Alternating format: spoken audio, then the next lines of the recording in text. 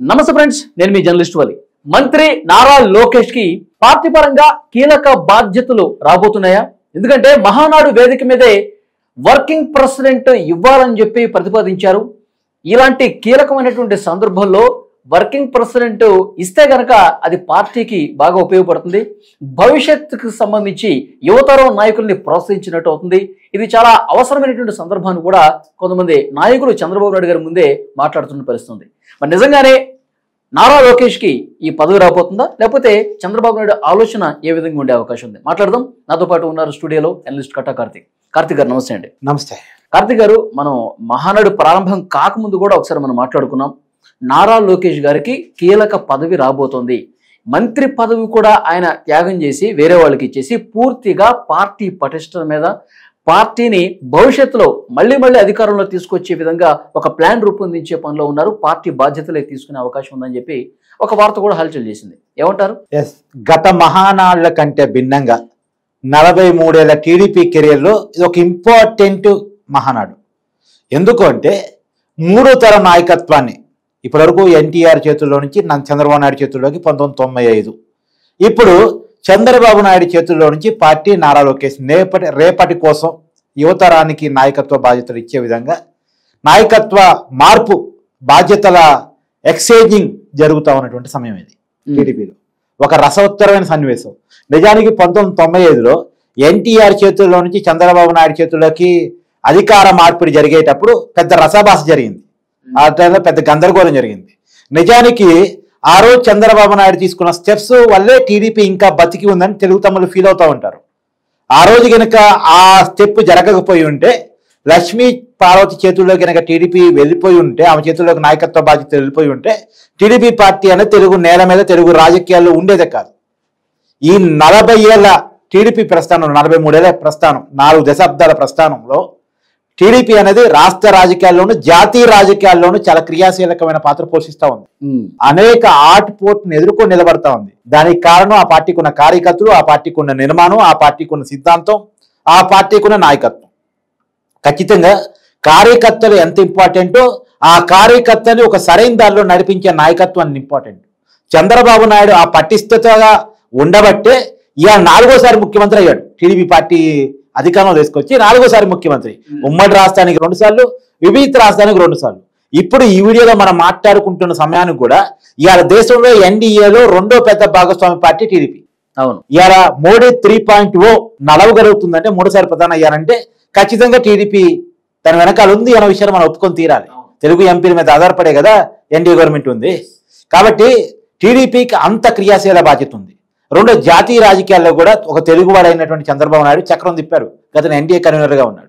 సరే, ఎన్టీఆర్ సమర్థత గురించి కొత్తగా చెప్పుకోవాల్సిన లేదు. పార్టీ పెట్టిన 9 నెలల్లోనే అధికారం తీసుకొచ్చాడు. చంద్రబాబు నాయుడు సమర్థత గురించి కొత్తగా చెప్పుకున్నదేం లేదు. 4వ సారి ఆయన ముఖ్యమంత్రి కాగలిగారు. ఇప్పుడు నారా లోకేష్ చేతుల్లోకి బాధ్యత వెళ్ళబోతా ఉన్నాయి. ఇతని పార్టీని ఎలా హ్యాండిల్ చేస్తారు? నువ్వు అన్నది నేను మేబీ ఒప్పుకోను. అదే మంత్రి పదవిని సాక్రిఫైస్ చేసేసి పక్కన పెట్టేసి పూర్తిగా పార్టీ బాధ్యతలను ఉంటాడని అనుకోను. అటు ఉంటాడు, ఇటు ఉంటాడు. ఖచ్చితంగా పార్టీని నారా లోకేష్ ముందుకు తీసుకెళ్ళగలడా లేదా అంటే, ఇది ప్రూవెన్ ఫ్యాక్టర్. నారా లోకేష్ ఇది లీడర్. ఎందుకంటే నారా లోకేష్ లీడర్ కాదు అని చెప్పడం కోసం, కాకుండా చేయటం కోసం చాలా కుట్రలు జరిగాయి. జగన్మోహన్ రెడ్డి 100 కోట్ల రూపాయలు ఖర్చు పెట్టాడు. లోకేష్ పప్పు ఎందుకంటే జగన్మోహన్ రెడ్డి తెలుసు రేపు రాబోయేటువంటి ఛాలెంజ్ తనకి లోకేష్తో ఉంటుందని చెప్పేసి. కాబట్టి లోకేష్ని ఏదైతే మొక్కున్నప్పుడే వంచాలి, నాయకుడు కాకుండా చేయాలని చాలా ప్రయత్నం చేశాడు. 2019 ఎన్నికల్లో మంగళగిరిలో కోట్ల రూపాయలు ఖర్చు పెట్టాడు నారా లోకేష్ని ఓడించడం కోసం. అతనికి సంబంధించి కేవలం లోకేష్ని ట్రోల్ చేయడం కోసం ఒక సోషల్ మీడియా టీంని ఏర్పాటు చేశారు. లోకేష్ని సోషల్ మీడియా ట్రోల్ చేయడం కోసం గూగుల్లో పప్పు అని కొడితే లోకేష్ వచ్చేలా ఇలా రకరకాల ప్రయత్నాలు చేశారు.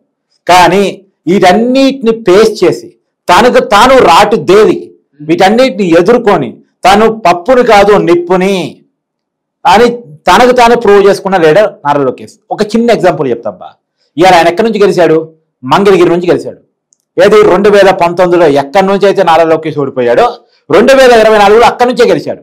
నిజానికి టీడీపీ లీడర్స్ నారా లోకేష్తో చేసిన ఒక ప్రపోజల్ ఏంటంటే, సార్ మీరు లీడర్ కావాలనుకుంటున్నారు కాబట్టి మీరే నాయకుడిగా ఉన్న మీరే పార్టీలో ఓడిపోతే చాలా పార్టీ అధికారంలోకి వచ్చినా పెద్ద ఉపయోగం ఉండదు, మీకు రాజకీయ ఇబ్బంది అవుతుంది. కాబట్టి మీరు సేఫ్ జోన్ సీట్ నుంచి పోటీ చేయండి, మీరు కుప్పం వెళ్ళండి, చంద్రబాబు నాయుడు గారు ఇంకో చోట నిలబడతారు. లేదు అంటే మీరు పార్టీ ఇబ్బందులు ఉన్న గెలిచే సీట్లు కొన్ని ఉన్నాయి, ఎట్టి పరిస్థితిలో టీడీపీ గెలిచిద్దాం అనుకున్న సీట్లు కొన్ని ఉన్నాయి, అక్కడికి రండి అని చెప్పేసి చాలా ప్రపోజల్స్ లోకేష్ గారి ముందు పెట్టారు. లేదు, ఎందుకు గెలవం మనం ఇక్కడ? 1985 తర్వాత మంగళగిరిలో ఈ రోజు వరకు టీడీపీ ఎప్పుడు గెలవలే, కానీ అక్కడే గెలవాలి. కుప్పం అనేటువంటి నియోజకవర్గాన్ని చంద్రబాబు నాయుడు గారు తన కోటగా తనకు తను మలుచుకున్నారు. కుప్పం అంతకుముందు కమ్యూనిస్టులకి కాంగ్రెస్ కి అడ్డా, అది వాళ్ళ మధ్య ఫైట్ ఉండేది. కానీ అదే కుప్పాన్ని టీడీపీకి అడ్డగా మార్చారు చంద్రబాబు నాయుడు గారు. అలా మంగళగిరి నేను మార్చుకుంటా, నేను సేఫ్ జోన్ సీట్లు ఎందుకు పోటీ చేయాలి? వాళ్ళు ఒక ఎగ్జాంపుల్ చూపించారు టీడీపీ నాయకులు. సార్, జగన్మోహన్ రెడ్డి గారు యాక్చువల్గా రాజశేఖర రెడ్డి గారు చనిపోయిన తర్వాత రాజకీయాల్లోకి అంటే కొత్తగా వైసీపీ పార్టీ పెట్టుకున్నారు. ఆయన సేఫ్ జోన్ సీట్ ఎత్తుకుని పులివెందుల నుంచే పోటీ చేస్తున్నారు. నిజానికి జగన్మోహన్ రెడ్డి గారు ఇంక వేరే చోట నుంచి పోటీ చేయొచ్చు. నిజానికి 2014 ఎన్నికల్లో మొట్టమొదటిసారిగా పులివెందుల ఎమ్మెల్యేగా జగన్మోహన్ రెడ్డి గారు పోటీ చేసేటప్పటికి అప్పటికి సిట్టింగ్ ఎమ్మెల్యేగా విజయమ్మ ఉన్నారు. విజయమ్మని దిశపై వైజాగ్ ఎంపీగా పంపించి మరి సేఫ్ జోన్ సీట్ పులివెందులలో జగన్మోహన్ రెడ్డి గారు పోటీ చేశారు. సిట్టింగ్ ఎమ్మెల్యేని పక్కన పెట్టి మరి మామూలుగా సిట్టింగ్ ఎమ్మెల్యే టికెట్ ఇవ్వాలి, తన వేరే చోట చూసుకోవాలి. కానీ జగన్మోహన్ రెడ్డి గారు ఏం కోరుకున్నారు? తాను పార్టీ గెలిచి తన ఓడిపోతే ఉపయోగమే ఉంది కాబట్టి ముఖ్యమంత్రి కావాలనుకుంటుంది నేను, కాబట్టి నేను ఖచ్చితంగా గెలవాలి, నేను సేఫ్ జోన్లో ఉండాలి, రాష్ట్ర వ్యాప్తంగా నేను ప్రచారం చేసేటప్పుడు నాకు కొన్ని ఇబ్బందులు వస్తాయి, నా నిజవర్గమే నేను కాంటెస్టేషన్ చేయలేను, కాబట్టి ఈజీగా గెలవగలి సీటుని ఎంచుకోవాలని చెప్పి పులివెందులు ఎంచుకున్నాడు. ఇప్పుడు నారా లోకేష్ గారు కూడా ఆయన టీడీపీ ప్రధాన కార్యదర్శిగా స్టేట్ మొత్తం ప్రచారం చేయాలి. ఇప్పుడు సేఫ్ జోన్ సీట్ ఉందనుకో ఇబ్బంది ఉండదని చెప్పేసి చాలా ప్రపోజల్ వచ్చినప్పుడు కూడా లోకేష్ గారు ఒప్పుకోకుండా నేను మంగళగిరి నుంచే పోటీ చేస్తానని పట్టుబట్టి తీసుకొని అంటే ఓడిన చోటే గెలవాలని, పడ్డ చోటే లేవాలని మంగళగిరిని ఎంచుకొని ఆయన మంగళగిరి నుంచి 90,000కు పైగా మెజార్టీతో గెలిచాడు. అంటే సేఫ్ జోన్ సీట్లో జగన్మోహన్ రెడ్డి గారి మెజార్టీ కంటే 40% ఎక్కువ ఓట్లతోటి మంగళగిరిలో నారా లోకేష్ గారు రాష్ట్రంలోనే 3వ అతిపెద్ద మెజార్టీ అనుకుంటా. ఎస్, కాబట్టి అంత పెద్ద మెజార్టీతో నారా లోకేష్ గెలవగలిగారంటే ఇది ప్రూవెన్ ఫ్యాక్టర్ కదా. 1985 తర్వాత ఆ సీట్లో ఇంతవరకు టీడీపీ గెలిచింది మొన్ననే, అది కూడా 90,000కు పైగా మెజార్టీతో నారా లోకేష్ గెలిచారు. అంటే లీడర్గా అతను ఎదిగాడని చూసుకున్నట్టే కదా. కాబట్టి మనం అర్థం చేసుకోవాల్సిందంటే అది మాత్రమే కాదు, యువగలంలో ఎంతమందిని కలిశాడు, ఎంతమందితో మాట్లాడాడు, ఎంతమందితో సెల్ఫీలు దిగాడు, క్యాడర్ తోటి జనాలతోటి ఏ రకంగా కలిసిపోయాడు అంటే లోకేష్కి ఒక పేరు వచ్చింది యువగలంతో కదా. సో తనగా రాష్ట్ర వ్యాప్తంగా పర్యటించి ప్రజలతో మమేకమైన తీరు అతన్ని శిల్పాన్ని చెక్కినట్టు చెక్కింది. అంటే యువగలం తర్వాతే లోకేష్ గారి సమర్థత ఏంటో తెలిసిన తర్వాతే ఆ పార్టీ నాయకత్వంలో కూడా ఒక భరోసా, ఒక ధీమా కనిపిస్తోంది. లోకేష్ గారికి పార్టీ బాధ్యతలు పూర్తిగా ఇవ్వాల్సిందే అని చెప్పి వాళ్ళకి అట్లా అనిపించడానికి కారణం యువగలం అనే చెప్పాలి. ఖచ్చితంగా. ఇప్పుడు ఎగ్జాంపుల్ చెప్తున్నా, ఇప్పుడు రాజకీయాల్లో చర్చ రోజు రెడ్ బుక్ అనేది ఒకటి నడుస్తుంది. ఆ రెడ్ బుక్ అంటే ఏంది?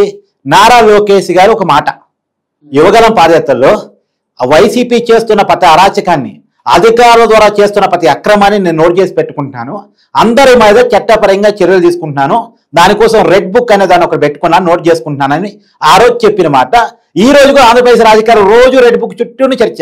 అంటే నారా లోకేష్ ఒక డైలాగ్ చుట్టూనే ఆంధ్రప్రదేశ్ రాజకీయాలు రోజు నడుస్తున్నాయి.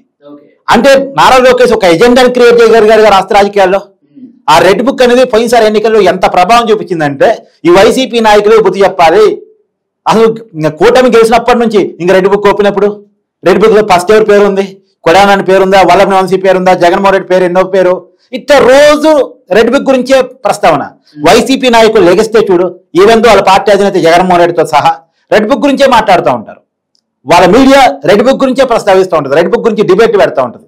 అంటే రాష్ట్ర రాజకీయాల్లో ఒక ఎజెండా క్రియేట్ చేసినటువంటి నాయకుడు నారా లోకేష్ తన మాటల ద్వారా. కాబట్టి ఏది ఏమైనా మనం నారా లోకేష్ ని ఖచ్చితమైన లీడర్గా ఒప్పుకొని తీరాలి. ఇప్పుడు అంతెందుకబ్బా, మన మోడీ గారు 2.5 గంటల పాటు తనకు తాను పిలిపించుకొని తన కుటుంబంతో అపాయింట్మెంట్ ఇచ్చారు. మామూలుగా ఆయన ఈవినింగ్ 7 తర్వాత అఫీషియల్ మీటింగ్స్ తప్ప అంత టైం ఏ వ్యక్తికి కానీ ఏ కుటుంబానికి కానీ ఇవ్వరు. అవును, నాకు తెలిసి 2014లో ఎన్నికల్లో గెలిచి మోడీ గారు మొట్టమొదటిసారి ప్రధాని అయ్యారు. ఆ రోజు నుంచి ఈ రోజు వరకు 11 సంవత్సరాల మోడీ గారి ప్రస్థానంలో ఈ రోజు వరకు ఒక వ్యక్తికి లేదా కుటుంబానికి ఇన్ని గంటల పాటు అపాయింట్మెంట్ ఎవరికి ఇవ్వలేదు. 2015లో చంద్రబాబు నాయుడు గారికి అఫీషియల్ మీటింగ్, అది ఏది ప్రత్యేక హోదా ఇవ్వలేని పరిస్థితి, ప్రత్యేక ప్యాకేజ్ ఆంధ్రప్రదేశ్కి ఇవ్వాలి, ఏ రూపంలో ఇవ్వాలి అన్న దాని మీద రివ్యూ చేసుకున్నారు. ఆర్థిక మంత్రి అరుణ్ జైట్లీ గారు, నీతి ఆయోగ్ చైర్మన్ గారు అందరూ కలిసి 2 గంటల పాటు కూర్చున్నారు. చంద్రబాబు నాయుడు గారు అఫీషియల్ మీటింగ్ లో మోడీ గారితో కలిసి కూర్చొని ఎక్కువ టైం మీటింగ్ అదే 2 గంటల పాటు. అది కూడా ఒక్కళ్ళు సింగిల్ గా కాదు, మోడీ గారు చంద్రబాబు నాయుడు గారు కాదు. తర్వాత జగన్మోహన్ రెడ్డి గారు అయితే సింగిల్ గా ఒక 1 అవర్ సంపాదించుకోగలిగారు టైం ఎల్ఓపిగా ఉన్నప్పుడు. తర్వాత ముఖ్యమంత్రిగా ఉన్నప్పుడు 1/2 అవర్ 20 నిమిషాలు ఇంత టైం. కానీ లోకేష్ గారు ముఖ్యమంత్రి కాదు, పార్టీకి డైరెక్ట్ ప్రెసిడెంట్ కాదు అఫీషియల్ గా, కానీ ఆయన్ని ఒక రాష్ట్ర మంత్రిగా ఉన్నటువంటి ఒక లోకల్ ప్రాంతీయ పార్టీ లీడర్ని పిలిపించుకొని 2.5 గంటల పాటు టైం కేటాయించారంటే మోడీ గారు ఎంత సెర్చ్ చేసి ఉంటారు లోకేష్ గారి గురించి. అంటే ఏదో ఒక ఇన్ఫర్మేషన్ ఉంటాయి కదా, ఇతనిలో విషయం ఉంది, ఇతనిలో అవగాహన ఉంది. అంటే లోకేష్ గారి సత్తా ఏంటనేది మోదీ గారు గ్రహించేశారంట. ఖచ్చితంగా గ్రహించబట్టి అంత టైం ఇస్తారు. ప్రధానమంత్రి స్థాయిలో ఉన్న వ్యక్తి అంత ఈజీగా ఎవరికి అపాయింట్మెంట్ ఇవ్వరు. ఇలా మోడీ గారి అపాయింట్మెంట్ కోసం ముఖ్యమంత్రులు వెయిట్ చేస్తూ ఉంటారు, కేంద్ర మంత్రులు వెయిట్ చేస్తూ ఉంటారు, బీజేపీ సీనియర్ లీడర్లు వెయిట్ చేస్తూ ఉంటారు, ఇంటర్నేషనల్ గా అనేక మంది ప్రతినిధులు వెయిట్ చేస్తూ ఉంటారు. అలాంటిది అమరావతి పునర్నిర్మాణ పనులకు శంకుస్థాపనకు వచ్చిన మోడీ గారు స్వయంగా నువ్వు వచ్చి కలువు అని చెప్పేసి నారా లోకేష్ గారిని ఆ రోజు పిలవటం, తర్వాత పిఎంఓ ద్వారా అసలు 2 సార్లు ఆట పట్టించారు. ఆయన భుజం తడుతూ నువ్వు ఎందుకని ఒకసారి రావచ్చు కదా, కలవచ్చు కదా అని చెప్పి నవ్వుతూ చమత్కరిస్తూ మాట్లాడారు కదా స్టేజ్ మీదే. అవును. సో అలా పిలిపించుకొని మాట్లాడారంటేనే లోకేష్ సత్తాని ఆయన గుర్తించారని అర్థం. ఇక్కడ ఒక ముఖ్య విషయం కార్తిక్ గారు, ఇప్పుడు వర్కింగ్ ప్రెసిడెంట్ డిమాండ్ తెర మీదకి వచ్చింది. సభా వేదిక మీదే ఆ పార్టీ సీనియర్ నాయకులు మాట్లాడుతున్నారు, ఇది కరెక్ట్ సందర్భం ఆయన్ని వర్కింగ్ ప్రెసిడెంట్ చేయాలని. ఇప్పుడు పార్టీకి సంబంధించి అంత కీలకమైన బాధ్యతలు లేనప్పుడే రెడ్ బుక్ ఇంత చాలా క్రూషియల్ పాత్ర పోషిస్తోంది. వరుసగా అరెస్టులు జరుగుతున్నాయి. అది కూడా రెడ్ బుక్ అంటే ఇష్టం వచ్చినట్టుగా లోపలేసి తనడం కాదు, చట్ట ప్రకారం ముందుకు పోతుంది. ఇప్పుడు పార్టీ పూర్తి స్థాయి బాధ్యతలు లోకేష్ గారు తీసుకుంటే ఆ పార్టీని స్ట్రెంథన్ చేసే పనిలోనే ఉంటారు. పార్టీ స్ట్రెంథన్ అవ్వాలంటే ప్రత్యర్థులు డౌన్ చేయాల్సిన పరిస్థితి ఉంటుంది. ఆ వ్యూహాల్లో అమలు చేయడంలో ఎట్లా ఉండే అవకాశం ఉంది ఆయన పాత్ర పార్టీ పరంగా? నేను అనుకోవటం వాళ్ళ పార్టీ నాయకత్వం వర్కింగ్ ప్రెసిడెంట్ పోస్ట్ ఇవ్వాలని మహానాడు ఉంది కాబట్టి వాళ్ళు డిమాండ్ చేస్తున్నారు. కాబట్టి ఆల్రెడీ పార్టీని నారా లోకేష్ లీడ్ చేస్తా ఉన్నారు గత కొంతకాలంగా కూడా. ఇప్పుడు పోయినసారి ఎన్నికల్లో టికెట్ పంపిణీ నుంచి మొదలు పెడితే తర్వాత మొన్న మంత్రివర్గ కూర్పులో కూడా టీడీపీ ప్రధాన కార్యదర్శి సోదరు నారా లోకేష్ గారు ఒక క్రియాశీల పాత్ర పోషించారు. ఆయన చేసిన పాదయాత్ర కానీ, ఎన్నికల్లో టికెట్ ఇవ్వటంలో తీసుకున్న జాగ్రత్తలు కానీ, తర్వాత అధికారంలో వచ్చిన తర్వాత టీడీపీ నుంచి ఎవరెవరికి మంత్రి పదవులు ఇస్తే పర్ఫార్మెన్స్ బాగా చూపించగలరు, అభివృద్ధి వైపుగా ఆంధ్రప్రదేశ్ దూసుకెళ్ళి చేయగలరు, ఏ టీం అయితే బెటర్ టీం అని చెప్పేసి చూజ్ చేసుకోవటం కానీ నారా లోకేష్ ఆ పార్టీ వైపు నుంచి ఆ పార్టీ టీంని ఎంచుకునే దాంట్లో ప్రధాన కార్యదర్శి హోదాలో చురుగ్గా పనిచేశారని అనుకుంటున్నాను. వర్కింగ్ ప్రెసిడెంట్ అనేది కేవలం ఒక పేరు మారిద్ది అంతే.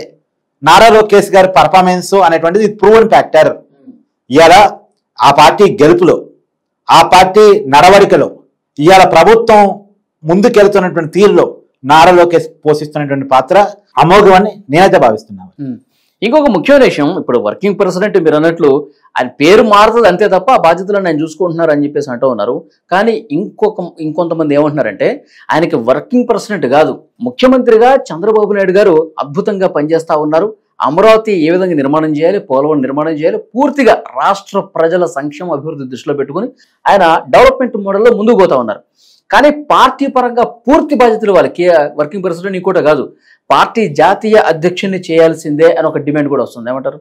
ఎస్, అంటే పూర్తిగా పార్టీ బాధ్యతలు మొత్తం ఇక లోకేష్ గారు భుజాల మీద వేసుకోవాలని. ఇప్పుడు ఆ డిమాండ్ అనుకున్న కారణం ఏంటంటే చంద్రబాబు నాయుడు గారికి 75 ఏళ్ళ వయసు, ఇటు పార్టీని ప్రభుత్వాన్ని చూసుకోవాలంటే ఎంత కాదన్నా కొంత బడ్డెను. కానీ ఆయన చురుగ్గానే పనిచేస్తున్నారు. ఒకవైపు అమరావతి నిర్మాణం, ఇంకోవైపు పోలవరం నిర్మాణం, ఇంకోటి నష్టపోయినటువంటి ఆంధ్రప్రదేశ్ని ఆర్థికంగా బాగు చేయాలి, పెట్టుబడులు తీసుకురావాలి, పరిశ్రమలు తీసుకురావాలి, ఉద్యోగాలు కల్పించాలి. చాలా బాధ్యతలు చంద్రబాబు నాయుడు గారి మీద ఉన్నాయి. చంద్రబాబు నాయుడు గారిని ముందు పెట్టే కూటమి గెలిచింది. ఆయన నాయకత్వంలో అయితేనే నష్టపోయినటువంటి ఆంధ్రప్రదేశ్ లాభపడిద్ది, ఒక రాజధాని నిర్మించుకోబడిద్దని ప్రజలు నమ్మారు. ఆయన ముందు పెట్టే ఎన్నికలకు వెళ్ళారు కాబట్టి ఇప్పుడు ఆయన పూర్తి స్థాయి ముఖ్యమంత్రి బాధ్యతలు తీసుకోవాలి. పార్టీ బాధ్యతలు నారా లోకేష్ గారికి అప్పచెప్తే చాలా మంచిది అనేటువంటి ప్రపోజల్స్ చాలా కాలంగా వస్తున్నాయి. ఇప్పుడు వర్కింగ్ ప్రెసిడెంట్ ఇచ్చినా, లేదు ఇదే ప్రధాన కార్యదర్శిగా ఉంచినా, లేదు పార్టీ అధ్యక్ష బాధ్యతలు నారా లోకేష్ గారికి ఇచ్చినా, ఈ జస్ట్ ఫర్ ఫార్మాలిటీ నేను అనేది అనుకుంటున్నాను. పార్టీని పూర్తి స్థాయిలో లీడ్ చేస్తుంది, రేపు చేయబోతుంది నారా లోకేష్ అనేది నా అభిప్రాయం. కాకపోతే అంటే ఆయనకి కొంచెం బడ్డన్ ఎక్కువ ఉంటుంది. ఒకవైపు మంత్రి పదవి చూసుకోవాలి, ఒకవైపు పార్టీ పరంగా కార్యక్రమాలు కూడా చూసుకోవాలంటే కొంత జోడెడ్లు బండ్లులాగా కొంత సమయం ఒకదానికి సరిగా కేటాయించలేకపోతే ఇది జరుగుతుంది కదా. అలా ఏముండదు. చంద్రబాబు నాయుడు గారు పార్టీ జాతీయ అధ్యక్షుడిగా ఉన్ననాడు ఇయ్యాలని కాదు, గత 4 సార్లు కూడా ఆయన అధ్యక్షుడిగా ఉన్నారు, ముఖ్యమంత్రిగా ఉన్నారు. రెండింటికి న్యాయం చేశారు. నారా లోకేష్ గారు కూడా తండ్రికి మించిన తనేడని నేనైతే చూస్తున్న దాన్ని బట్టి నాకు అర్థమవుతుంది. ఇప్పుడు నారా లోకేష్ గారితో ఎలా ఉంటుందంటే, వాళ్ళు నేను ఒకసారి కలిశాను, నేను ఒక సీనియర్ జర్నలిస్ట్తో కలిసి నారా లోకేష్ గారిని ఒకసారి కలిశాను. మాకున్నటువంటి ఆ రోజుకి పార్టీ అధికారం లేదు, ఆయన ఇంకా పార్టీ ప్రధాన కార్యదర్శిగా ఉన్నాడు అంతే. ఆ రోజుల్లో ఎమ్మెల్యేగా కూడా ఓడిపోయి ఉన్నాడు ఆయన. కానీ మేము చెప్పిన ప్రతి విషయాన్ని ఆయన నోట్ చేసుకున్న తీరు కానీ, దాని మీద ఆయన ఇచ్చేటువంటి రియాక్షన్స్ కానీ చాలా సబ్జెక్టివ్ అయినా సరే అవతల వాళ్ళు ఏం చెప్తున్నా వింటారు, నేర్చుకుంటారు, మన పాయింట్స్ బాగుంటారు రాసుకుంటారు, ఆయన పద్దాన్ని రిసీవ్ చేసుకుంటారు. మామూలుగా ఒక 10 నిమిషాల కోసం కలిసింది అర్ధ గంటగా పైగా భేటీ జరిగింది. అంటే ఆయన దాన్ని రిసీవ్ చేసుకున్న తీరు, ఆయన మాట్లాడే విధానం, ఆయన ఆలోచన తీరు ఖచ్చితంగా అమోఘంగా ఉంటుంది. ఇంకొక మాట కూడా నేను చెప్పగలను, కానీ నారా లోకేష్ బాధ్యతలు ఇవ్వటం అనేటువంటిది కడప వేదికగా జరుగుతుంది చూసావా. యాక్చువల్గా కడప అనేటువంటిది శ్రీవారి గడప అంటారు. అవును, కడప అక్కడి నుంచి అన్నమయ్య పాదయాత్రగా వెళ్ళి శ్రీవారిని దర్శించుకున్నాడు అంటున్నది మనం నమ్మే నీతి. అయితే అలాంటి కడపలో అందులోనూ జగన్మోహన్ రెడ్డి ఇలాకా ఇది నా అడ్డా అని జగన్మోహన్ రెడ్డి గారు వైసీపీ నాయకులు భావిస్తూ ఉంటారు. 2019 ఎన్నికల్లో ఉమ్మడి కడప జిల్లాలో 10 సీట్లు వైసీపీ గెలిచింది. కానీ మొన్న ఎన్నికల్లో మాత్రం 7 సీట్లు కూటమి గెలిచింది, 3 సీట్లకే వైసీపీ పరిమితమైంది. అలాంటి కడప వేదిక మీద నుంచి ఇగో నువ్వు రాబోయేటువంటి నీ రాజకీయ శత్రువు నారా లోకేష్ అని జగన్ చెప్పడం, అంటే జగన్ ఇంటి ముందే ఇగో నీ శత్రువు, నువ్వు పోరాటం చేయాల్సింది నారా లోకేష్ తోనే, మా పార్టీ నుంచి నారా లోకేష్ ఉంటాడు, నీ పార్టీ నుంచి నీ పార్టీ అధినేతగా నువ్వు ఉంటావు, జగన్మోహన్ రెడ్డి వర్సెస్ నారా లోకేష్ గా ఆంధ్రప్రదేశ్ రాజకీయం మారబోతా ఉంది అనేటువంటి ఒక సంకేతాన్ని కడప వేదికగా జగన్మోహన్ రెడ్డి ఇంటి ముందు నుంచి పంపిస్తున్నారు చూసారా. అది ఒక ఆసక్తికరమైన పరిణామం. రెండోది, ఇప్పుడు టీడీపీ ఏముంటుంది, మొన్న ఎన్నికల ముందు వైసీపీ వైనాట్స్ 175 వైనాట్ కుప్పం అన్నది కదా. ఇప్పుడు టీడీపీ అదే కడప గడ్డ మీద కూర్చొని why not Pulivendula why not Kadapa MP అంటుంది. కడప ఎమ్మెల్యే సీట్ అట్టా టీడీపీతో గెలిచింది, కడప ఎంపీ ఎందుకు గెలవం, పులివెందుల ఎమ్మెల్యే మనం ఎందుకు గెలవం? కడప జిల్లా వేదికగానే టీడీపీ ప్రస్థానం స్టార్ట్ కావాలి, నారా లోకేష్ ప్రస్థానం స్టార్ట్ కావాలని చెప్పేసి ఆ పార్టీ భావిస్తుంది. సో కడప జిల్లాలో అన్ని స్థానాలు తెలుగుదేశం గెలుచుకోవాలి భవిష్యత్తులో. ఎస్, అందుకని ఏరు కోరి కడప గడ్డ మీద పెట్టారని అనుకుంటున్నాను. నాకు తెలిసి జగన్మోహన్ రెడ్డి కుటుంబం నుంచే ఒకరు టీడీపీలో జాయిన్ అయ్యి పులివెందుల ఎమ్మెల్యేగా రాబోయేటువంటి 2029 ఎన్నికల్లో పోటీ చేస్తారు. ఓకే, అంటే జగన్మోహన్ రెడ్డి గారి సిస్టర్స్ లో ఒకరు అంతే, ఎవరైనా కావచ్చు అంటారా? మేబీ సునీత గారని నేను అనుకుంటున్నాను. అయితే ఆమె టీడీపీ నుంచి పోటీ చేస్తారా, జనసేన నుంచి పోటీ చేస్తారా అన్నది ఒక చిన్న అభిప్రాయం. మొత్తంగా కూటమిగా పోటీ చేస్తారు. కూటమిగా పోటీ చేస్తారు. పులివెందులను ఎట్టి పరిస్థితుల్లో కూటమి చేతిలో తీసుకోవడానికి ఎత్తుగడ రెడీ అవుతున్నాయి అనేటువంటిది నాకున్నటువంటి అభిప్రాయం. అయితే ఇది ఒకసారి పక్కన పెడితే, నారా లోకేష్ గారికి ఇప్పుడు బాధ్యతలు ఇవ్వాలని చెప్పి ఒక చర్చ రావటం, అది బలంగా రావటం, మహానాడు వేదిక మీద ప్రస్తావించటం, ఇవన్నీ చూస్తే గత అనుభవాలను కూడా దృష్టిలో పెట్టుకుని పార్టీ సీనియర్ నాయకులు దీన్ని తెర మీద తీసుకొస్తూ ఉన్నారు. ఎందుకంటే చంద్రబాబు నాయుడు గారు ముఖ్యమంత్రిగా పాలనా పరంగా అలాగే పార్టీ పరంగా ఈ రెండు బాధ్యతల్ని, అంటే అట్ ద సేమ్ టైం ఇటు ముఖ్యమంత్రిగా చూసుకుంటూ పార్టీని నడిపించడంలో ఇబ్బంది పడతా ఉంటారు. ఎందుకంటే ఒక్కసారి ముఖ్యమంత్రి అయిన తర్వాత వెంటనే పార్టీ ఓడిపోతా ఉంది గత అనుభవాలు చూసుకుంటే. ఈ పరిస్థితి ఈసారి రాకూడదు అంటే పార్టీ పరమైన పూర్తి బాధ్యతలు లోకేష్కి ఇవ్వాలని. అదేం లేదబ్బా, 1995లో చంద్రబాబు గారు బాధ్యతలు తీసుకున్న తర్వాత 99 ఎన్నికల్లో చంద్రబాబు గారు గెలిచారు, 2004 ఎన్నికల్లో ఓడిపోయారు, మళ్ళా 2014 ఎన్నికల్లో గెలిచారు. కాబట్టి అప్పుడు ఉన్నటువంటి సానుభూతి జగన్మోహన్ రెడ్డి వేవ్లో 2019 ఎన్నికల్లో ఓడిపోయారు. అప్పుడు చంద్రబాబు గారు 2004, 2009 2 సార్లు మిస్ అయింది. అవును, అది వరుసగా మిస్ అయింది. అప్పుడు పార్టీ బాధ్యతలు మాత్రమే చంద్రబాబు గారు చూసిన, ముఖ్యమంత్రిగా చూడలేదు 2004 తర్వాత. అట్టేం లేదు, మారిన రాజకీయ పరిణామాలు, ఆ ఎలక్షన్స్ ని ఏ విషయం, ఆ డెవలప్మెంట్ బిజీలో పడిపోయి పార్టీని కొంత చంద్రబాబు నాయుడు గారు రెండింటికి న్యాయం చేయబట్టే పార్టీ అనేది ఇంకా పికప్ అయి ఉంది, అనేక ఆటుపోటును తట్టుకొని ఉంది. ఇప్పుడు 2009 ఎన్నికల్లో ఓడిపోయారు నువ్వు అంటున్నావు, 2009 ఎన్నికల్లో ఓడిపోవడానికి అనేకమైన ఫ్యాక్టర్స్ ఉన్నాయి. ఇప్పుడు ప్రజారాజ్యం పార్టీ ఆ ఎన్నికల్లో పోటీ చేయటం, కొత్త పార్టీ పెట్టబడి, అందులో మెగాస్టార్ చిరంజీవి గారు రాజకీయాల్లోకి వచ్చి ఆయనకంటూ ఒక ప్రపంచం ఉంది కదా, ఆయన తీర్చిన ఓట్లు కూడా యాంటీ కాంగ్రెస్ ఓట్లే. కాబట్టి అది టీడీపీకి మైనస్ అయింది. ఈవెన్ దో రాజశేఖర రెడ్డి గారే మొట్టమొదటి కేబినెట్ మీటింగ్ లో ఆయన సహచార మంత్రిని ఉద్దేశించి చెప్పింది ఏంటంటే, ఇలా బొట్టాబొట్టి మార్కులతో మనం పాస్ అయ్యాం, చిరంజీవి వల్ల పాస్ అయ్యాం, ప్రజారాజ్యం లేకపోయారు అంటే చంద్రబాబు నాయుడు టీడీపీ అధికారంలోకి వచ్చి ఉండేదని రాజశేఖర రెడ్డి అన్నాడు ఆ మాట సహచార కేబినెట్ మంత్రులతోటి. ఆ రోజు ఉన్నటువంటి రాజకీయ పరిణామాల నుంచి ఇష్యూస్ అన్ని వస్తాయి తప్ప, అంటే అప్పుడు చిరంజీవి ఉన్నాడు, లేదంటే 2019లో సానుభూతి వర్కౌట్ అయింది, ఫస్ట్ టైం ఒక ఛాన్స్ జగన్మోహన్ రెడ్డి అన్నాడు. అంటే ఇవి చెప్పుకోవడానికి బాగున్నాయి, కానీ నిజంగా కలిసికట్టుగా అందరూ పనిచేస్తే చంద్రబాబు గారి నాయకత్వాన్ని రాష్ట్ర ప్రజలందరూ కూడా ఇలాంటి ముఖ్యమంత్రి మనకు కావాలని బలంగా కోరుకుంటే ఎవరు వచ్చినా సరే గెలిచేది తెలుగుదేశమే. ఒక క్యాడర్లో బలంగా ఉంది. అంటే వాళ్ళు ఏ ఎలక్షన్ ఆ ఎలక్షన్స్ లో ఆ ఎలక్షన్స్ ని ప్రభావితం చేసే కొన్ని ఎజెండాలు ఉంటాయి. ఒకసారి 2014 ఎలక్షన్ ఎజెండా అనుకో, ఇప్పుడు రాష్ట్రం విడిపోయింది, దీన్ని ఎవరు డెవలప్ చేయగలరు? సీనియర్ లీడరే కాదు. ఆ నిజానికి అప్పుడు జగన్ వేవ్ గట్టిగా ఉంది, కానీ ఆ వేవ్ని డామినేట్ చేసేరా సీనియర్ చేతుల్లో రాష్ట్రాన్ని పెడితేనే డెవలప్ అవుతుంది, ఒక విధులున్న నాయకుడి చేతిలో రాష్ట్రాన్ని పెడితేనే వస్తుంది. ఎందుకంటే అప్పుడు విడిపోయిన ఆంధ్రప్రదేశ్ రాష్ట్రానికి రాజధాని కూడా లేదు, ఏమీ మౌలిక వసతులు కూడా లేనటువంటి పరిస్థితి, ఆగమాగమైనటువంటి పరిస్థితి. ఆ పరిస్థితుల్లో రాష్ట్రాన్ని గాడిలో పెట్టగలిగిన విజనరీ నాయకుడు చంద్రబాబు నమ్మి ఆ జగన్ వేవ్ దాటి మరి చంద్రబాబు చేతిలోకి అధికారం పెట్టారు. మరి 2019లో సెంటిమెంట్ వర్కౌట్ అయింది, జగన్మోహన్ రెడ్డి పాదయాత్ర వర్కౌట్ అయింది, నువ్వు చెప్పినట్టు ఒక ఛాన్స్ వర్కౌట్ అయింది, అవన్నీ ఒకదానికోటి వర్కౌట్ అయింది. తర్వాత 2024 ఎలక్షన్స్ వచ్చేసరికి యాంటీ జగన్ అనే ఒక స్లోగన్ సహజంగా కలవని కులాలను కూడా కలిపింది, కలవని సమీకరణాలు కూడా కలిపింది. కులాలకు అతీతంగా, మతాలకు అతీతంగా, వర్గాలకు అతీతంగా అంతా ఏకమై బ్రహ్మాండ మెజార్టీతో, ఒకసారి మెజార్టీ 2024 ఎన్నికలు చూడు, ఒక్కొక్క చోట 50,000, 60,000, 90,000. అవును అవును. అంటే ఆ మెజార్టీలో అర్థం ఏంటి? జగన్మోహన్ రెడ్డి ఎవరికైతే పెన్షన్ ఇచ్చాననుకున్నాడో, ఎవరికైతే సంక్షేమ పథకాలు ఇచ్చామనుకున్నాడో, ఏ వర్గాలు నాతో ఉంటాయి అనుకున్నాడో, ఏ వర్గాలు పర్మనెంట్ గా గతంలో కాంగ్రెస్ తో ఉండేవి, మా కుటుంబంతో ఉండేవి, ఇప్పుడు నాతో ఉన్నాయి అని చెప్పి తను భావించాడు. ఆ వర్గాలు కూడా పని కట్టుకొని రాష్ట్రం బాగుండాలి, తర్వాత మా పిల్లల భవిష్యత్తు బాగుంటుందని చెప్పేసి పని కట్టుకొని 2024 ఎలక్షన్స్ లో చంద్రబాబు నాయుడికి కూటమికి ఓట్లేశారు. ఎలక్షన్స్ ని ప్రభావితం చేసే ఎజెండాలు అంటూ కొన్ని ఉంటాయి, ఆ ఎజెండాల ఆధారంగానే ఎలక్షన్ జరుగుతూ ఉంటాయి. కాబట్టి ఏ ఎలక్షన్కి ఆ ఎలక్షన్ అప్పుడు ఉన్నటువంటి ఎజెండాను బట్టి చూడాలి తప్ప ఏదో వాళ్ళు ఏ పార్టీ అయినా విజయం కోసం ప్రయత్నం చేస్తారు. తెలుగుదేశం పార్టీ శ్రేణుల్లో వాళ్ళ క్యాడర్లో ఉన్నది పార్టీ పరంగా ఒక నాయకుడు ఫుల్ ఫోకస్ గా ఉంటే బాగుంటుంది అనేది వాళ్ళ అభిప్రాయం వాళ్ళు వ్యక్తం చేస్తా ఉన్నారు. సో చూద్దాం భవిష్యత్తు ఏ విధంగా ఉండబోతుంది. చివరి 2 సంవత్సరాలు నారా లోకేష్ గారు పూర్తిగా పార్టీకే కట్టుబడి ఉంటారని చెప్పి ఒక ప్రచారం కూడా ఉంది. సో అది జరుగుతుందో లేదో, ఐ థింక్ సో. ఏం జరుగుతుందో చూద్దాం. Thank you very much Karthik గారు.